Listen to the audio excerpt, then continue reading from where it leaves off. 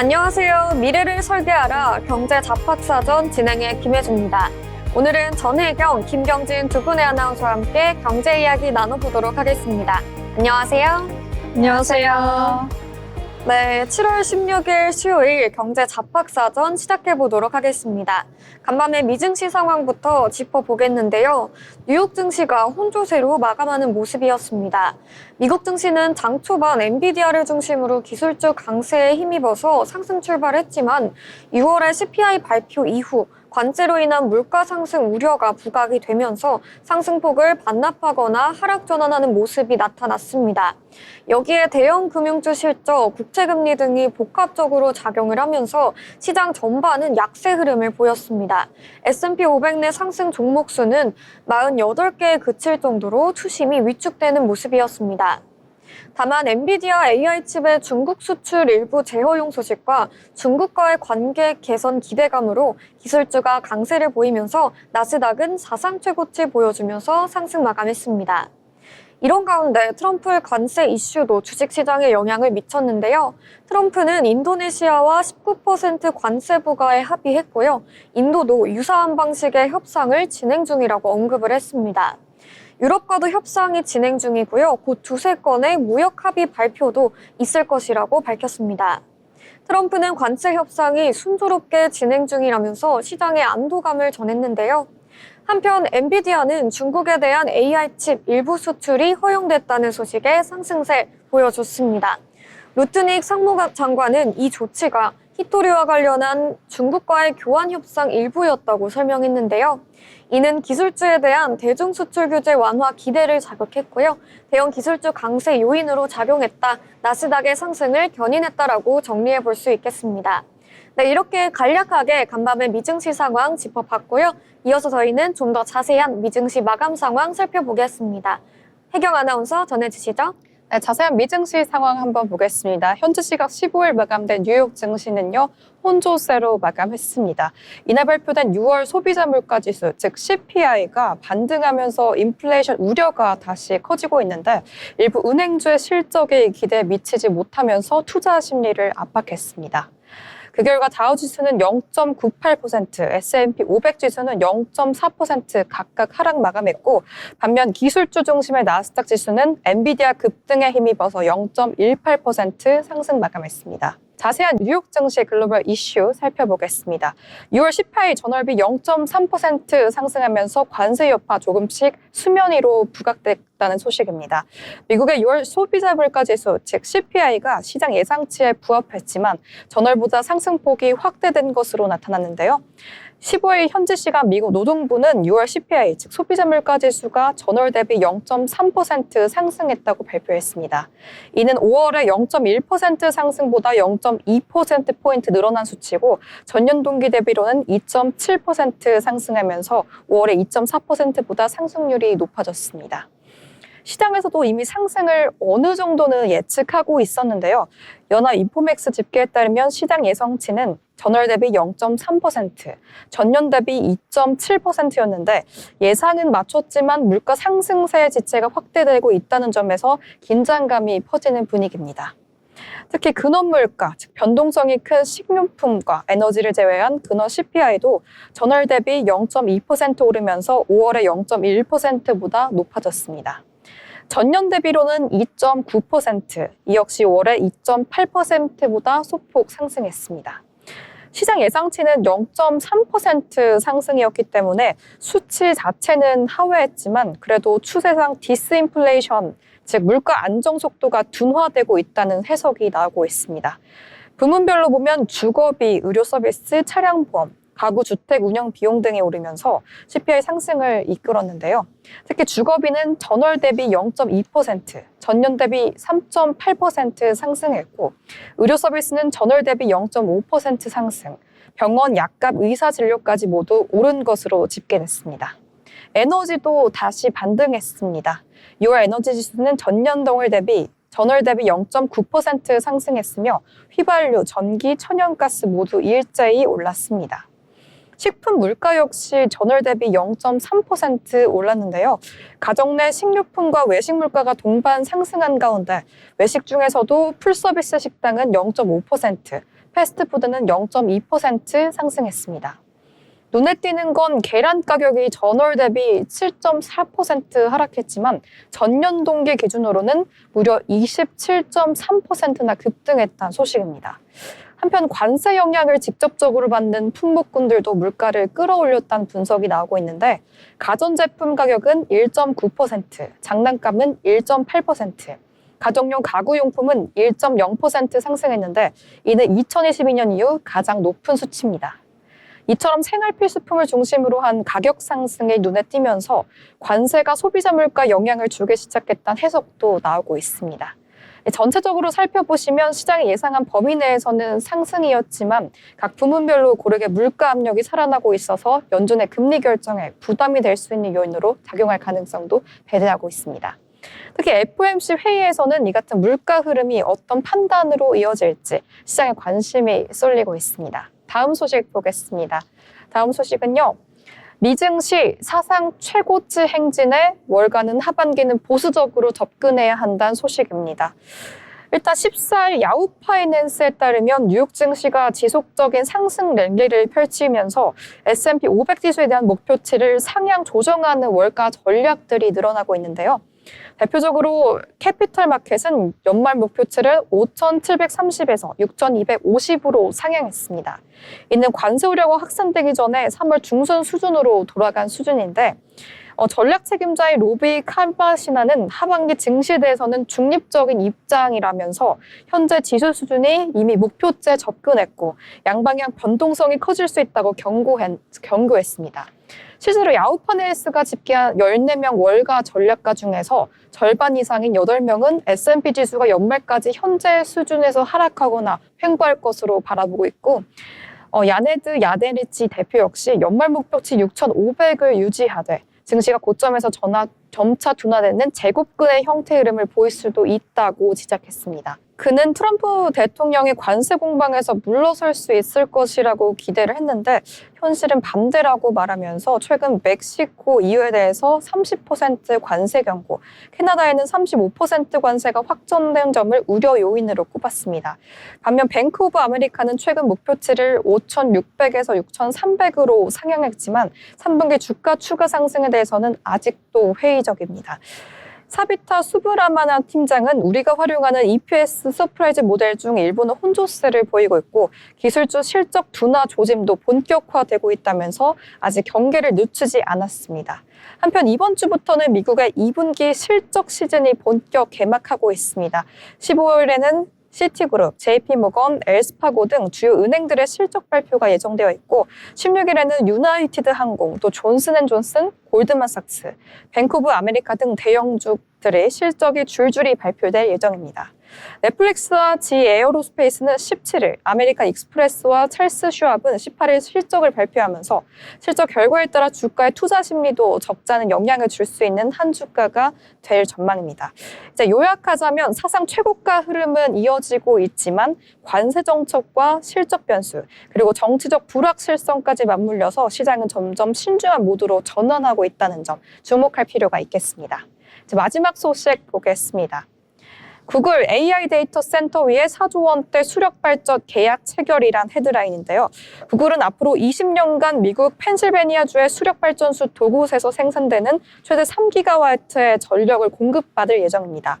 이 전력전은 원자력 발전소 3기에 해당하는 규모로 이번 계약은 기업 간 수력 청정 에너지 중 최대 규모입니다. 구글은 이 전력을 바탕으로 향후 2년간 250억 달러, 즉 35조 원 규모의 데이터 센터 투자 계획도 밝혔는데 AI 모델을 훈련하고 거대한 데이터를 실시간으로 처리하려면 막대한 전력이 필수죠.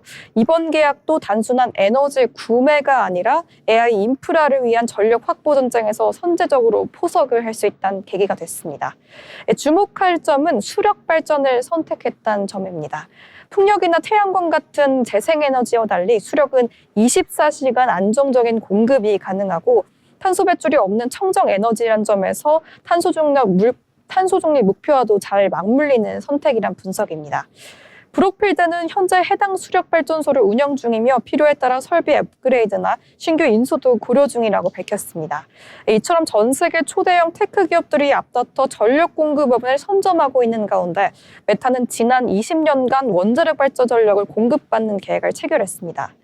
또한 마이크로소프트는 역사상 최악의 원전 사고가 발생했던 스리마 1섬 원전 재가동 전력을 확보했고 아마존 역시 원전 연계 데이터 센터를 직접 인수하고 소형 모듈력 원자로 개발에 투자도 하고 있습니다. 자세한 업종별 흐름 살펴보겠습니다. 15일 마감된 미국 증시는 엔비디아를 비롯한 일부 반도체 종목이 강세를 보였지만 대부분의 업종이 하락하면서 전체적으로는 약세 흐름이 두드러졌습니다. 업종별로는 유틸리티, 에너지, 의료장비, 음식료, 제약, 보험, 은행, 운수, 산업서비스 등 전반적인 약세가 이어졌고 소프트웨어, 자동차, 소매, IT 서비스 등 경기 민감 업종도 일제히 하락세를 보였습니다. 자세한 마그네피센트 7, M7 종목 살펴보겠습니다. 일단 아마존인데요. 아마존 같은 경우는 프라임데이 기록 갱신 및 광고 성장 기대감을 받고 있습니다. 사상 최대 규모인 프라임데이 행사로 약 240억 달러의 소비 매출을 기록하면서 소비의 심리를 확인시켜준 데 이어서 이번 주엔 클라우드와 생성형 AI 전략 발표에 나선다는 소식 전해드립니다. 다음 소식 보겠습니다. 메타 한번 볼 텐데요. 광고는 이제 페북과 인스타만 영역이 아니다. 최근 메타가 자사 메신저에 왓츠앱에 본격적인 광고를 도입하겠다고 밝혔습니다. 왓츠앱을 인수한 지 10년 만에 첫 광고 전환인데 사용자의 대화창은 그대로 두되 업데이트 탭, 맞춤형 광고가 노출되는 방식입니다. 이로써 월요일 메타의 주가는 3% 가까이 급등했습니다. 지속적인 메타 흐름 보시면 좋을 것 같습니다. 다음 소식 보겠습니다. 애플인데요. 미국 투자은행 JP모건이 애플의 목표 주가를 기존 240달러였는데 230달러로 하향 조정하면서 시장에 이목이 쏠리고 있습니다. 그 이유는 뭘까요? 먼저 아이폰 17에 대한 기대감이 이전보다 낮아졌기 때문입니다.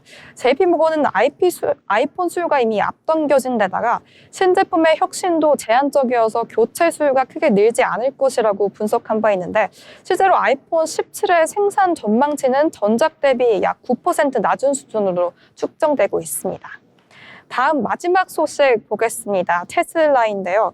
테슬라 같은 경우도 매도 의견을 유지하고 있습니다. 테슬라는 올해 누적 주가는 20% 넘게 하락한 상황이고 7월 23일 전 관망 모드로 했으면 좋겠다는 업체 결과가 있었습니다. 차량 인도량도 시장 예상치를 하회했고 보조금 축소와 같은 외부 변수까지 겹치면서 본업에 대한 우려가 커진 모습입니다. 하지만 반대로 테슬라는 이야기를 주가로 움직이면서 대표적인 종목이란 시선도 여전히 존재한데 특히 로보택시의 상용화가 가시화되면서 머스크 CEO는 이번 실적 발표에서도 자동차 수요보다는 미래 기술에 대한 청사진을 강조할 것으로 보여지고 있습니다. 지금까지 미국 증시 상황 알아봤습니다. 네, 오늘 뉴욕 증시 기업별 이슈까지 정리해 주셨습니다. 시장의 관심은 당장의 실적보다는 향후 가이던스와 관세 영향에 집중하는 모습이었습니다. 네, 이러한 흐름들이 오늘 우리 시장에서 어떤 영향을 미칠지 저희와 함께 살펴보시면 좋을 것 같고요. 이어서 저희는 기업에 대해서 알아보도록 하겠습니다. 경진 아나운서 전해주시죠. 네, 여러분 요즘 전 세계가 주목하고 있는 신약 분야가 하나 있습니다. 바로 한 달에 한 번 주사를 맞기만 하면 자연스럽게 살이 빠지는 이 마법 같은 치료제, 바로 비만 치료제인데요. 네, 한때는 미용 목적이라는 시선을 받았었지만 이제는 심혈관 질환, 당뇨병, 그리고 고혈압 같은 대사질환을 예방하고 또 치료에도 효과적이라는 얘기가 들리자 전 세계 이 바이오 기업들이 이 분야에 집중하고 있습니다. 오늘 기업사전에서는요, 이 뜨거운 시장에서 약효 지속이라는 기술력으로 글로벌 신약 개발에 도전하는 국내 바이오 기업이죠. 요즘 투자자들 사이에서도 관심이 뜨거운데요. 오늘은 펩트론의 이야기를 전달해 드리겠습니다. 펩트론은 1996년에 설립된 펩타이드 기반의 의약품을 개발하는 전문 기업입니다. 펩타이드는 인슐린처럼 인체 내 단백질과 유사한 구조를 갖는 상대적으로 안정적이고 효능이 좋은 약물인데요. 하지만 한 가지 단점이 있었습니다. 효과가 빠르게 나타나는 대신 몸 안에서 금세 분해되어 사라진다는 거죠. 여기서 펩트론이 주목한 것이 바로 약효를 오래 지속시키는 기술이었습니다. 펩트론은 자체 개발한 스마트 대포 플랫폼을 통해 펩타이드 약물의 체내 반감기를 늘리고 한 번의 주사로 한 달 이상 효과가 유지되는 구조를 구현해냈습니다. 이 기술은 단순히 편리함만을 제공하는 것이 아닙니다. 환자의 복약 수능도, 치료 지속성, 부작용 감소 측면에서 임상적으로도 매우 중요한 의미를 갖고 있습니다.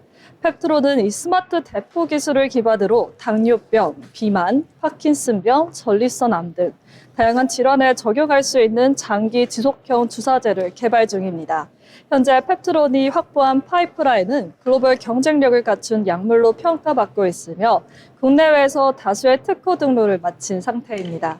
또한 이 기술을 활용해 자체 신약 개발뿐 아니라 기존 약물의 개량 신약 개발, 글로벌 기술 이전, 공동 연구 등 다양한 비즈니스 모델을 동시에 운영하고 있습니다. 최근 펩트론이 시장에서 큰 관심을 받는 이유는 바로 GLP-1 기반 비만 치료제 개발에 착수했다는 소식 때문입니다. GLP-1은 식욕을 억제하고 혈당을 조절하는 호르몬 유사체로 현재 글로벌 시장에서 가장 주목받고 있는 약물군이죠. 노보노디스크의 위고비, 일라이릴리의 제프반이 바로 이 계열의 약물입니다. 펩트론은 여기에 스마트 대포 기술을 적용해 기존보다 더 편리한 월 1회 투여가 가능한 제형으로 개발 중입니다. 기술적 장벽이 높은 분야이지만 펩트론은 기술 이전 및 글로벌 협력을 통해 빠르게 이 진입 장벽을 넘고 있습니다. 특히 주목할 부분은 미국 국립보건원 NIH 산하기관인 노화연구소와의 공동협약입니다. 이 협약을 통해 펩트론은 NIH가 보유한 GLP-1 유사체 엑세나이트를 기반으로 한 지속형 치료제 개발에 착수했습니다. 엑세나이티드는 이미 당뇨 치료제로 승인된 약물이지만 최근에는 체중 감소 효과뿐 아니라 신경세포 보호, 인지기능 유지 효과까지 입증되며 파킨슨병, 알츠하이머, 비만 등 다양한 적응증으로 확대되고 있습니다. 펩트론은 이 후보 물질에 대한 특허권, 임상 샘플, 배포 권리를 모두 단독으로 확보했으며 이를 바탕으로 미국, 유럽, 아시아에서 동시다발적인 임상 개발을 준비 중입니다. 아무리 좋은 기술과 물질이 있어도 실제 대량 생산이 안 되면 상업화는 불가능하겠죠. 펩트론은 연간 1,000만 바이얼 규모의 GMP 인증 생산 시설을 보유하고 있으며 현재 충북 오손 첨단 의료복합 단지 내 스마트 팩토리 신공장도 건설 중입니다. 이 공장은 자동화 무인화 시스템이 도입된 최신 시설로 글로벌 수준의 품질 관리를 충족하면서도 대량 생산이 가능한 구조입니다. 이쯤 되면 정말 이 회사가 제품을 시장에 내놓은 적이 있는가 하는 의문점이 하나 드실 수 있으신데요. 펩트론은 2003년 전립선암 치료제 루프로라이드를 기반으로 한 지속형 주사제를 개발해 대운제약에 기술 이전한 바 있습니다. 이 제품은 현재 1개월형과 3개월형 제형으로 상용화되어 있으며 국내 매출은 연간 200억 원 이상, 해외 수출도 꾸준히 진행 중입니다. 이는 펩트론은 단순 연구소 수준의 기업이 아닌 임상, 허가, 상업화 전 과정을 실현한 기업인을 보여주는 사례입니다. 글로벌 비만 치료제 시장은 2023년 약 200억 달러에서 2030년에는 무려 1000억 달러를 돌파할 것으로 전망되고 있습니다. 이는 단순히 살을 빼는 약이라는 의미를 넘어서 대사 건강, 만성질환, 고령화 대응 기술로서 가치를 인정받고 있기 때문입니다. 펩트론은 이 시장에서 약효 지속성이라는 분명한 기술적 차별화와 스마트 대포라는 자체 플랫폼을 바탕으로 지속형 주사제 시장을 공략하고 있으며 글로벌 기술 수출과의 공동 개발 계약도 앞으로 이어질 가능성이 큽니다. 네, 여러분 지금까지 비만 치료제 시장에 도전장을 낸 펩타이드 기반 바이오 기업 펩트론의 이야기를 전해드렸는데요. 다음번 우리가 맞게 될 비만 치료제에 메이드 인 코리아가 새겨진다면 그 출발점에는 오늘 말씀드린 펩트론이 있었습니다. 지금까지 알아두면 쓸데있는 기업사전 펩트론이었습니다. 네, 펩트론 기업에 대해서 함께 살펴봤습니다. 펩트론은 오늘장에서도 상승 마감하면서 좋은 모습 보여줬는데요. 앞으로도 주목해보시면 좋겠습니다. 이어서 저희는 오늘 신문에 나온 이슈들 하나하나 짚어보려고 하는데요. 혜경 아나운서 전해주시죠. 신문에서 발췌한 기사를 전해드리는 뉴스 브리핑 시간입니다. 오늘도 4가지 소식 준비했는데요. 먼저 첫 번째 소식부터 보시죠. 첫 번째 소식은 미국 최대 은행인 JP모건 체이스가 시장의 예상을 뛰어넘는 실적 발표를 했습니다. 2분기 동안 투자은행 부문이 호조를 보이면서 사상 최고 실적을 달성한 건데요. 특히 채권 인수 수익이 12%, 인수합병 M&A 자문 수수료가 8%나 증가하면서 그동안 투자은행 수익이 줄어든 것으로 봤던 월가 예상치를 완전히 뒤엎었습니다. 주식 인수 부분은 6% 감소하긴 했지만 애초에 시장에서는 29% 가까운 큰 폭의 하락을 예상했던 만큼 상대적으로 선방했다는 평가가 나오고 있습니다. 또 하나 주목해야 할 부분은 트레이딩 부분입니다. 채권 거래 수익이 56억 9천만 달러로 시장 평균 예상치였던 52억 2천만 달러를 크게 웃돌았고요.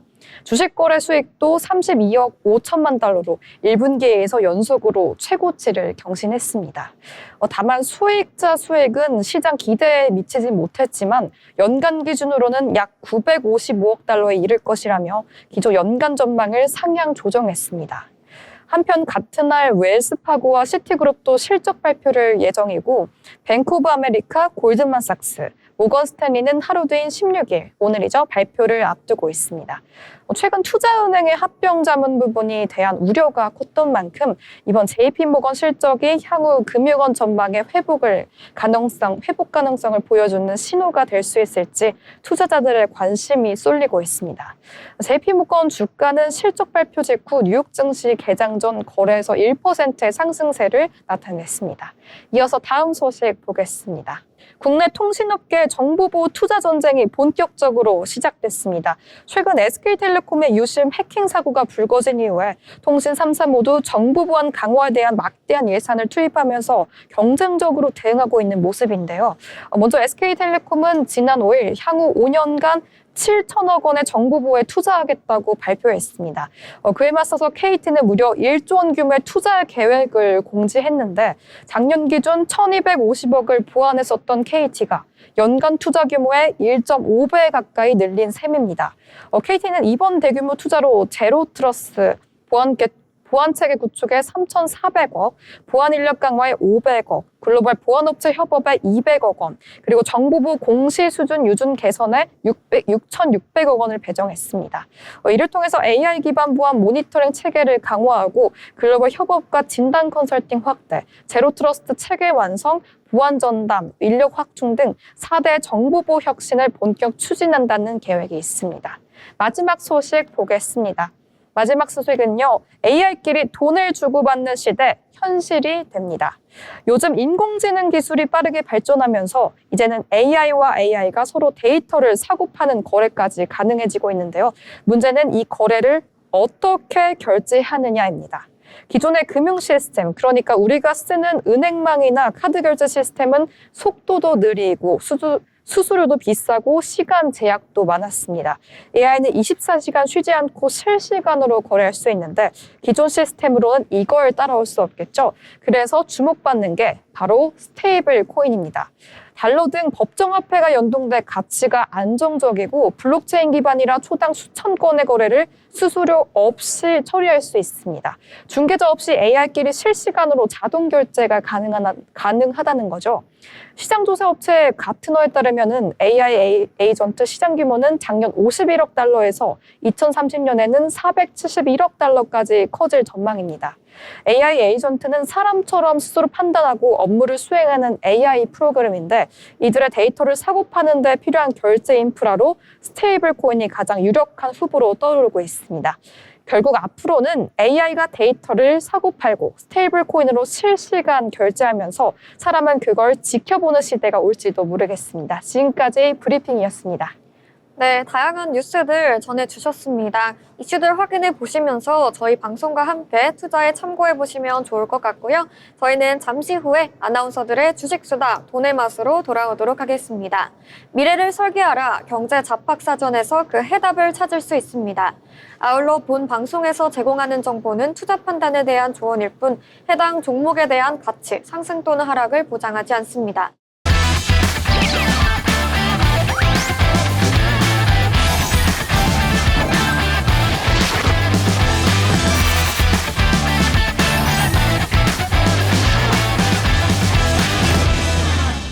네, 네, 이번 시간은 투자의 고수가 되고 싶은 아나운서들의 주식 이야기, 경제 이야기 나눠보는 시간입니다.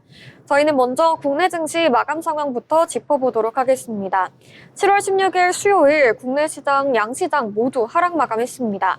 미국의 소비자 물가지수가 나오면서 약세를 보였는데요. 자세한 지수 상황 살펴보도록 하겠습니다. 먼저 코스피 보겠습니다. 전날에 3년 11개월 만에 최고치를 기록했던 코스피가 개장 초반 3,200선을 반납했습니다. 그래도 장중에 낙폭을 줄여가면서 3,200선 재돌파를 시도하는 모습이 확인이 되었는데요. 전날 발표된 미국의 6월 소비자 물가지수에 대한 관세 여파가 확인된 점이 경계감을 높인 것으로 분석이 됐습니다. 3,200선을 반납하면서 결국에는 0.9% 내린 3,186선에서 마감했습니다. 수급 상황도 살펴보도록 하겠습니다. 개인이 4,200억 원 넘게 물량을 담아내줬지만 외국인이 268억 원 물량 담아냈고요. 하지만 기관이 5천억 원 넘게 팔아내면서 지수를 끌어내렸습니다. 이어서 코스닥도 살펴보도록 하겠습니다.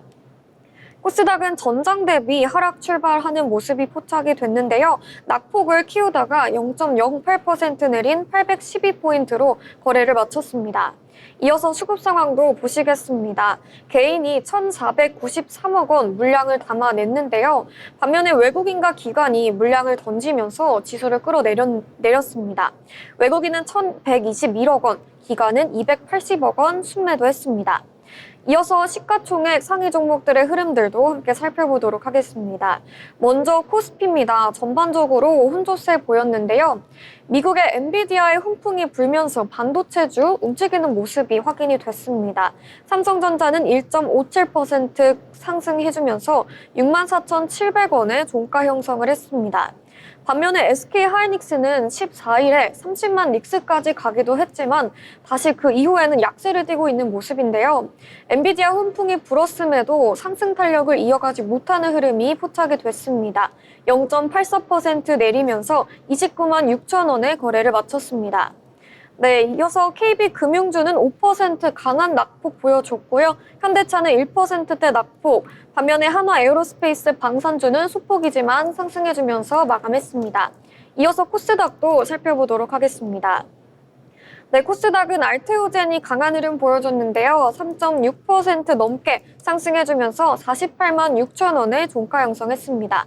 반면에 2차 전지주는 전반적으로 쉬어가는 흐름인데요. 에코프로 BM이 2% 낙폭 보여주면서 10만 2,700원의 거래를 마쳤고요. 에코프로도 2.33% 하락 마감했습니다.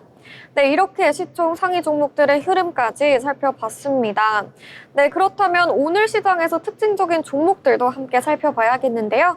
먼저 첫 번째 특징주 만나보도록 하겠습니다. 혜경 아나운서 전해주시죠. 첫 번째 특징주 보겠습니다. 한국 화장품인데 K뷰티 수출 호재, 한학령 해제 기대감에 급등했습니다. 오늘자로 한국 화장품은 8% 넘게 급등했는데요. 한국 화장품은 단순한 기술적 반등이 아니라 중국 시진핑 주석의 방한 가능성이 제기되면서 한학령 해제 기대감을 다시금 시장에 퍼지고 있는 게 원인으로 보여지고 있습니다.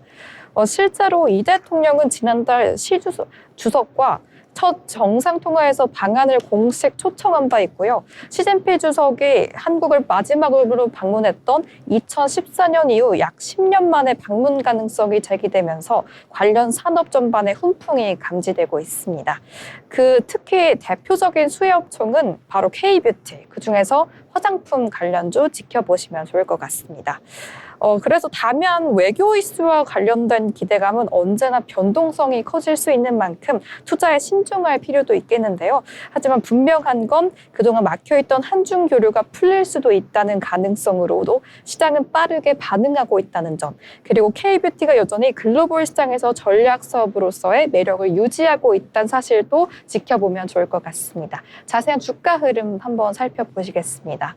네, 자세한 차트 상황 보시면요. 7월 16일 기준 고가 12,730원 터치하다가 종가는 11,530원 거래 마쳤습니다. 네, 한국 화장품 이야기 함께 살펴봤습니다. 오늘 장에서 급등세를 보여주다가 윗골을 달면서 어느 정도 상승분을 반납하면서 양봉 마감하는 모습이 연출이 됐습니다. 이어서 저희는 다음 특징주로 넘어가 보도록 하겠는데요. 다음 특징주로는 애플의 대형 계약 소식부터 살펴보겠습니다. 애플이 최근 미국 자석 제조업체와 약 7천억 원 규모의 히토류 자석 공급 계약을 체결했는데요. 전기차, 스마트폰, 드론 등에 들어가는 핵심 부품인 만큼 이 계약은 중국 의존도가 높았던 글로벌 히토류 공급망에 큰 변화를 예고하는 신호탄으로 해석이 됩니다.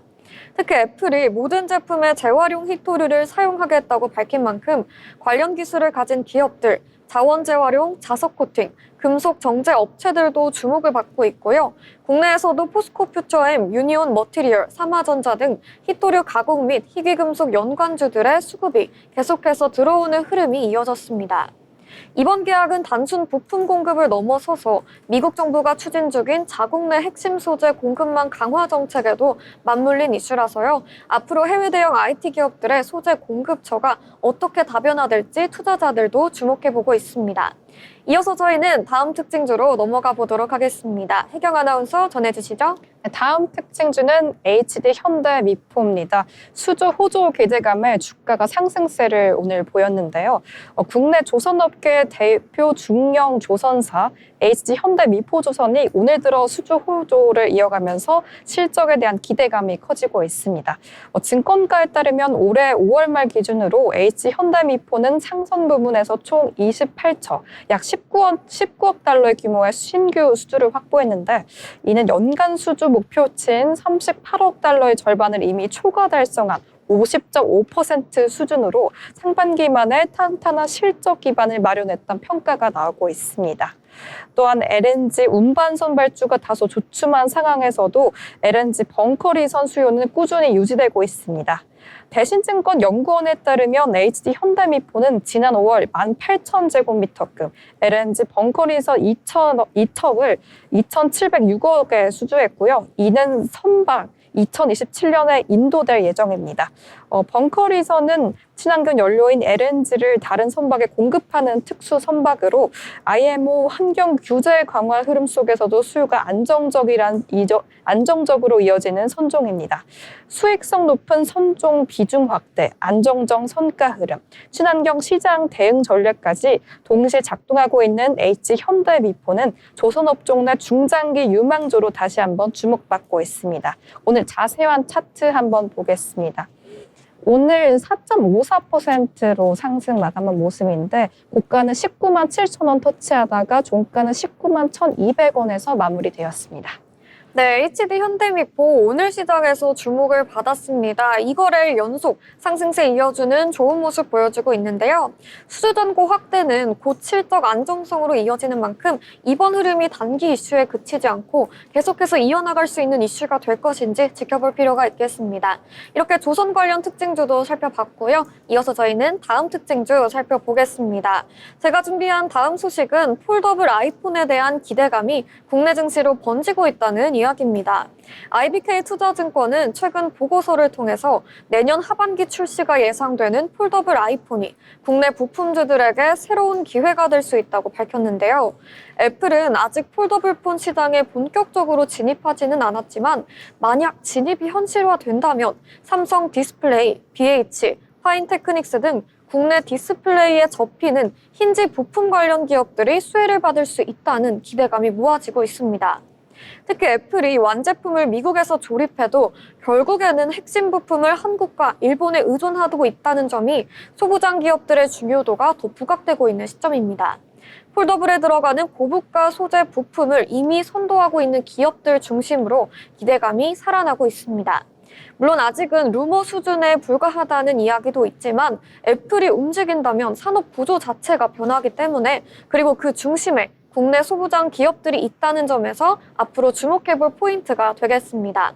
네, 이렇게 애플 관련 소식도 정리해봤고요. 이어서 저희는 다음 소식 살펴보도록 하겠습니다. 혜경 아나운서 전해주시죠. 네, 바로 다음 소식은 롯데관광개발입니다. 롯데관광개발은 전거래 대비 3%가량 오름세를 보였는데 주가를 끌어올린 건 2분기 역대 최대 실적에 대한 기대감이었습니다. FN가이드에 따르면 롯데관광개발의 2분기 영업이익은 256억 원으로 전망됐고 이는 불과 석 달 전 추정치였던 218억 원보다 크게 상향 조정된 수치입니다. 유안타증권도 2분기 실적이 매출 1,531억 원, 영업이익 278억 원에 이를 것으로 보고 있으며 전년 동기 대비로 보면 각각 31.9%, 375.2%의 가파른 증가세를 보였습니다. 이에 따라 목표 주가도 기존 15,000원 선에서 23,000원으로 대폭 상향됐습니다. 실적 개선의 배경에는 몇 가지 핵심 요인이 있습니다. 먼저 한중 관계 개선에 따른 중국인 입국 회복세가 지속되고 있다는 점이고 특히 제주를 방문하는 중국 관광객 수가 빠르게 늘면서 드림타워 복합 리조트 방문 개수가 증가로 직결되고 있는 건데 여기에 카지노 및 호텔 부분에서도 영업 레버리지 효과가 본격화됐습니다. 이렇게 실제로 롯데관광개발은 지난해에도 연매출 4,421억 원을 기록하면서 전년 대비 60% 이상 증가했고 카지노 순매출 2,947억 원, 호텔 매출도 1,475억 원으로 역대 최대 실적을 새로 쓴 바 있습니다. 자세한 주가 흐름 보시면요. 오늘 7월 16일 장마감 기준 고가 18,700원 형성했다가 종가는 18,450원에 종가 형성했습니다. 네, 롯데관광개발 무엇보다 2분기 실적에 대한 기대감이 본격적으로 반영이 되면서 주가는 3% 넘는 상승 기록했고요. 장중에는 52주 신고가도 달성을 했습니다. 관광 수요의 계절적 성수기까지 겹치면서 실적 기대감은 여전히 남아있다라고 보실 수 있겠습니다.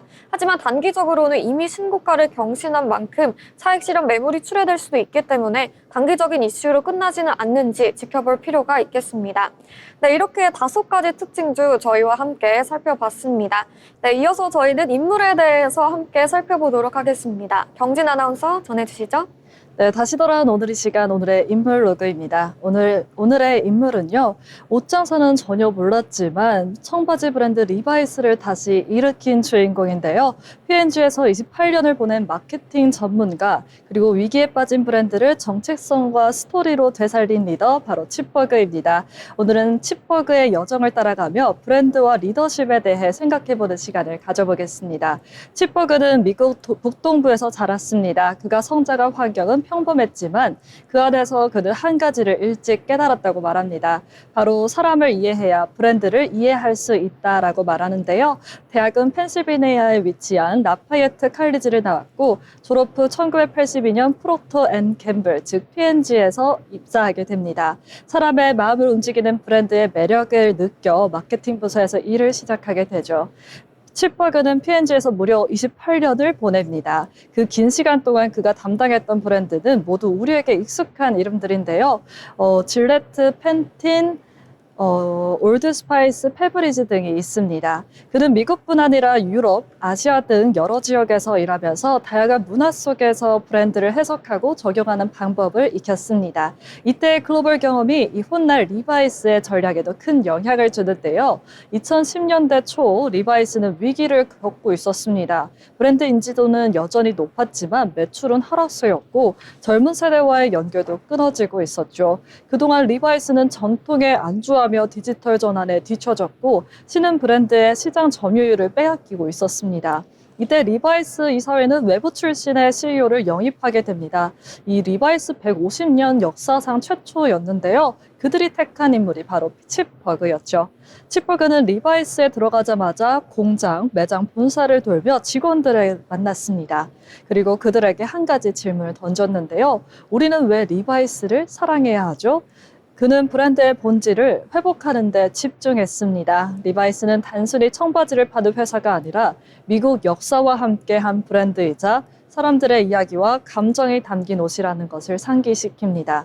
그는 내부 구조를 정비하면서도 외부적으로는 리바이스 헤리티지를 강조하고 소비자들과 새로운 연결고리를 만들기 위해 노력했습니다. 그가 잘한 일 중 하나는 리바이스의 전자상거래 시스템을 현대화한 것입니다. 모바일 쇼핑 시대에 맞춰 직영 온라인몰을 정비하고 SNS 마케팅도 본격화했죠. 또 하나는 글로벌 시장 공략이었는데요. 특히 중국, 인도, 유럽 시장을 집중적으로 키우면서 매출의 절반 이상을 해외에서 만들 수 있게 됩니다. 동시에 그는 리바이스의 과거 디자인을 복각한 빈티지 라인을 내놓고 리바이스의 스토리와 전통을 통해 새로운 세대에게 전달하는 데 힘을 썼습니다. 그의 철학을 상징하는 유명한 일화가 있죠. 2014년 CNN과의 인터뷰에서 그는 이렇게 말했습니다. 지금 입고 있는 청바지요. 1년 넘게 안 빨았습니다.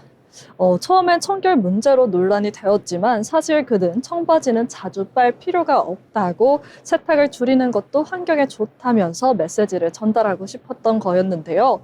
이 발언은 전 세계적으로 주목을 받았고 리바이스가 단지 멋을 위한 브랜드가 아니라 친환경적 가치도 지향한다는 인식을 만드는 데 큰 역할을 합니다.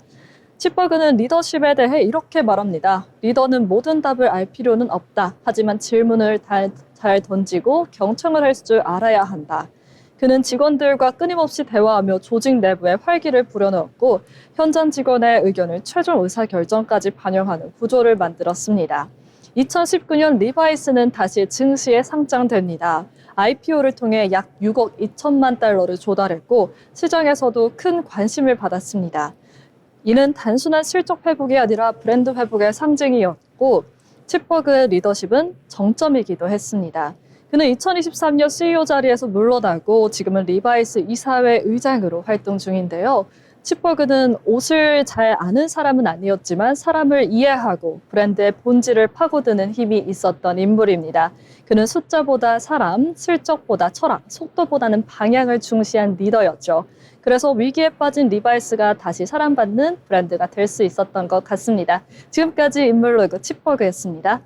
네, 인물에 대해서 알아보는 흥미로운 시간 가져봤습니다. 이어서 저희는 투자에 도움이 될 만한 리포트들 함께 짚어보겠는데요. 혜경 아나운서 전해주시죠. 증권사 리포트를 알기 쉽게 전해드리는 투자 리포트 시간입니다. 오늘은 유안타증권의 돌아온 밸류에이션이라는 경제 분석 리포터를 가져왔는데요. 코로나 이후 폭발적인 성장세를 보였던 국내 대표 플랫폼 기업이죠. 네이버와 카카오. 하지만 2021년 하반기부터는 이들의 주가는 거센 하락세를 접어들었습니다. 단지 성장률 둔화 때문만은 아니었습니다. 결정적인 계기는 바로 정부의 강도 높은 플랫폼 규제였는데요. 자세한 내용 한번 보겠습니다. 2021년 9월 우리나라 플랫폼 산업에 큰 충격을 안긴 사건이 있었습니다. 금융위원회와 공정거래위원회가 온라인 플랫폼 기업에 대한 규제를 전면화하면서 네이버와 카카오의 주가는 단 하루 만에 7.9%, 10.7%나 급락했습니다. 당시 발의된 온라인 플랫폼 공정화법, 즉 이른바 온플법은 플랫폼 기업을 지배적 사업자로 지정하고 시장 지배력 남용 시 최대 연매출의 10%에 달하는 과징금을 부과할 수 있도록 하는 내용을 담고 있었습니다.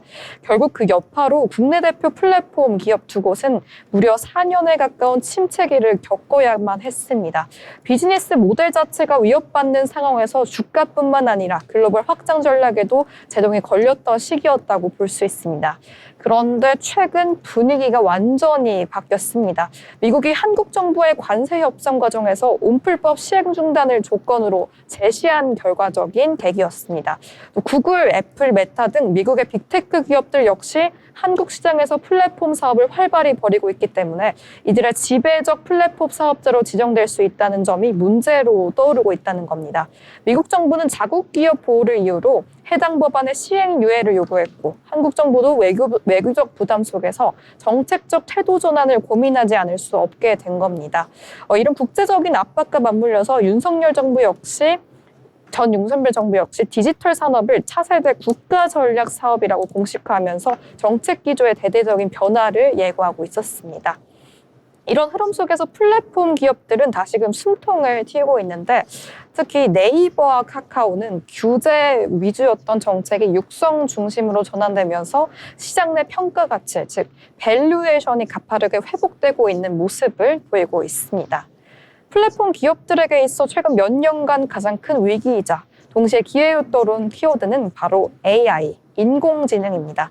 특히 네이버와 카카오는 AI 혁신의 직격탄을 맞았던 대표적인 기업이라고 볼 수 있는데요.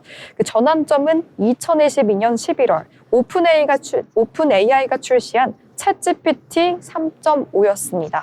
기존의 검색 방식이나 챗봇 기술과는 아예 차원이 다른 대화형 인공지능이 등장하면서 사용자 경험이 근본적으로 달라졌고요. 이는 네이버의 검색 광고, 카카오톡의 체류 시간처럼 핵심 수익 구조에 상당한 위협을 가했습니다. 이전까지는 사용자들이 네이버에 여러 번 검색을 하면 노출되는 광고 시스템이었는데 카카오톡 내에서 오래 머물면서 다양한 서비스를 이용하는 구조가 중심이었습니다. 이제는 챗 GPT 같은 AI가 질문 하나에 바로 요약된 정보를 주고 대화를 대체하기 시작하면서 플랫폼에 머무는 시간 자체가 줄어드는 현상이 나타난 건데 위기의식을 느낀 네이버와 카카오는 곧바로 자체 AI 모델을 내놓습니다. 네이버는 하이퍼클로바 X, 카카오는 고 GPT, KO GPT를 각각 공개하면서 국내 AI 시장 주도권을 지키려는 시도를 했습니다. 하지만 한계는 분명히 존재했습니다. 챗 GPT처럼 조단위 매개 변수와 대규모 GPU 자원을 필요하는 트랜스포머 기반의 초대형 언어 모델을 운영하려면 막대한 컴퓨팅 파워와 자금이 필요했는데 특히 영어 기반 데이터에 강한 글로벌 모델에 비해서 한국어 데이터 중심으로 학습된 모델은 상대적으로 정보 탐색력이나 생성 품질에서 부족하다는 평가도 이어졌습니다. 결과적으로 네이버, 카카오 AI 경쟁력이 상대적으로 뒤처지고 있다는 인식이 확산되면서 주가 기업 가치, 즉 밸류에이션도 부정적인 영향을 줬던 것이죠. 그런데 올해 들어서 이 흐름이 반전되기 시작했습니다.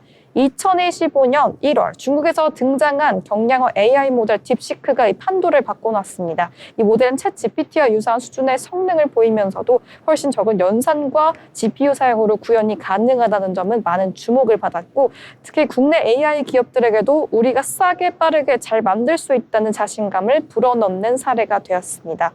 결국 AI는 네이버, 카카오에게 있어 위기에서 기회로, 불안 요소에서 가치 프리미엄으로 전환되고 있습니다. 앞으로 이 두 기업이 얼마나 효율적으로 기술을 확보하고 정부 정책과 시너지를 낼 수 있을지 디지털 경제 판도를 좌우할 중요한 분기점을 될 것으로 보이고 있습니다. 최근 들어서 플랫폼 업계에 넘어서 금융시장 전체에도 가장 주목받고 있는 키워드 바로 스테이블 코인입니다.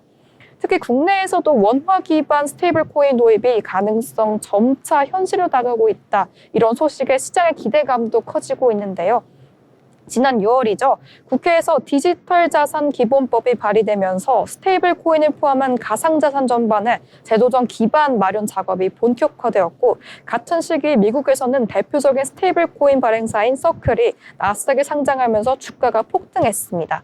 글로벌 시장에 크게 반응한 이유는 단순합니다.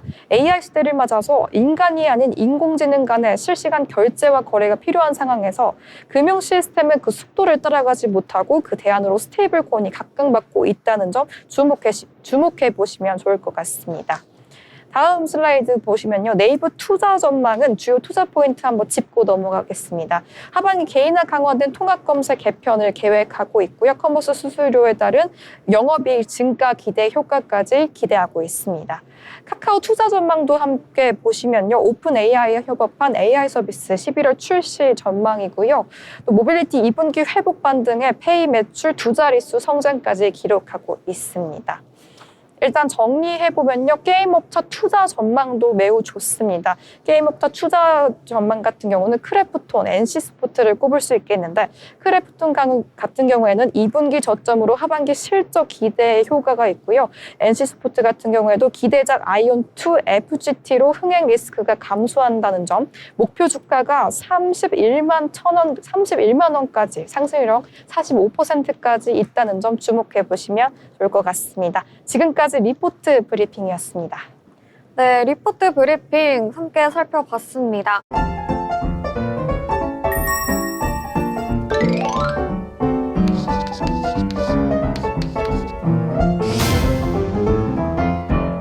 네, 오늘의 마지막 순서 오늘장 한 줄평 시간 가져보도록 하겠습니다. 한 분 한 분 오늘 시장에 대해서 이야기 나눠볼 텐데요. 먼저 경진 아나운서부터 전해주시죠. 네, 오늘 양대 지수 모두 하락하는 모습 보여줬는데요. 오늘 한 줄 평을 하자면 우리 코스피 잠시 숨 고르고 다시 열심히 뛰어가자입니다. 네, 좋습니다. 아무래도 3200선을 이틀 연속 유지하다가 오늘은 쉬어가는 모습이 포착이 됐습니다. 이어서 혜경 아나운서도 들어보겠습니다. 네, 단길 조정 측면 가능성이 존재하다고 한 줄 평 남기고 싶습니다.